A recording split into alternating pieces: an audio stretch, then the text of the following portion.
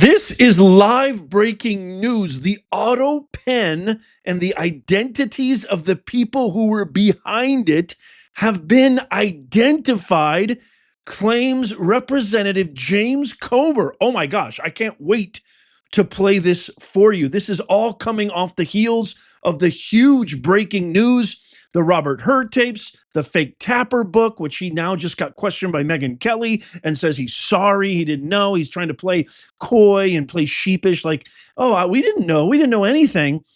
I can't wait to play you this clip because this is what America wants. And also, I just love that guy. Never mind the fact that he has an amazing, I mean, how can you not love a Southern Kentucky accent? I just love his accent, too. He's a true blue American.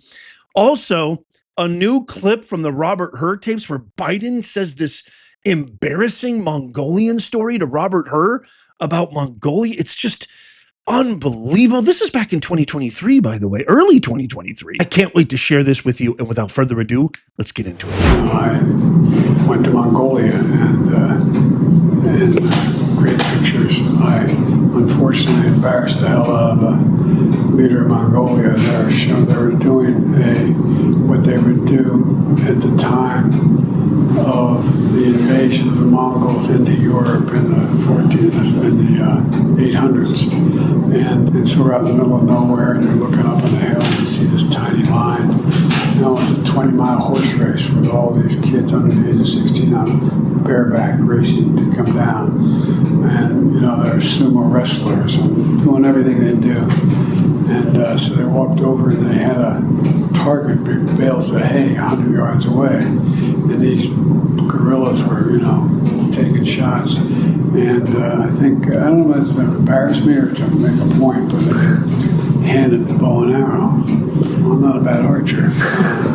But the only problem they were if I could pull it back, so and pure luck, I hit the goddamn target. No, I really did. Hard evidence. Early into President Biden's term as president, it clearly shows that he was in significant mental decline. It questions who was actually making the decisions. So what we found is not just with the pardons he issued, but many of the executive orders that the courts are now using to Trump-proof many of the executive orders that President Trump is trying to implement to make government more efficient. Many of these executive orders, as well as the pardons of Biden's entire family as a result of our investigation, these were all signed with the Autopen. And clearly from that interview, which was many, many months prior to the heavy use of the Autopen, Joe Biden wasn't capable of making decisions. He wasn't coherent. We think we've identified who the staffers are. Jason, you all have done great work with that over at Heritage Oversight. We're going to bring everyone that we believe was involved in any role in the use of the Autopen. We're going to invite them to come in for a transcribed interview. If they want, then they will receive a subpoena and they will have a full-blown deposition. But we want to find out who was actually making the decisions in the White House during the last 9 months of the Biden administration when he was clearly in mental decline. And what do you make, where do we go next in terms of your investigation? There are senior staff there, starting with Jill Biden, right, the First Lady. You have the Chief of Staff. You have Neera Tanden, who had these dual responsibilities and perhaps was in control of the Autopen. You have the Cabinet. You have other senior staff that are interacting with them, but they were routinely directed and told us that Joe Biden was of clear cognitive capability, that he was sharp as a tack. And yet they went after and criticized Special Counsel Hur for his questioning and coming up with a summary that says, yeah, this is an old man who really has a hard time. Yeah, I mean, that was breathtaking. That was her being nice to Joe Biden, but warning America, look, we've got a serious issue here with the President of the United States. Anytime people like me or Jim Jordan raise the question publicly whether or not Joe Biden was fit to serve as president, people like Jake Tapper and people in the legacy media attacked us. They called us insincere, rude, just the worst names in the world. Now they've all turned on a dime, and they're doing what we knew all along. They're trying to say, oh, there was a cover up. Someone covered up. We know there was a cover up. The media, as usual, the legacy media is late to the game. What we want to know is who was in the ringleader of the cover up, but who was making the decisions. I mean, there were some major decisions made by Joe Biden, especially in the last 3 months of his administration. Who made those decisions? Somebody has to give the authority to use the Autopen. Obviously, Joe Biden wasn't the one that stuck the papers and the pardons in the Autopen. Some staffer did that. Who authorized the staffer to do that? There's no paper trail. There's no evidence that we found that that person was Joe Biden. So we're looking at the senior officials, and don't rule out Hunter Biden. He spent a lot of time in the Oval Office in the last 3 months. We know that from press accounts and from sources that were involved in the inner workings of the White House then. Okay, just to recap how amazing that was and what Comer was talking about and some of the names that were mentioned. But okay, so Congressman Comer says the persons who use the Autopen to sign preemptive pardons have been identified. He says, quote, many of these executive orders, as well as the pardons as a result of our investigation, we're going to bring everybody that we believe was involved in any role in the use of the Autopen. We're going to invite them for a transcribed interview.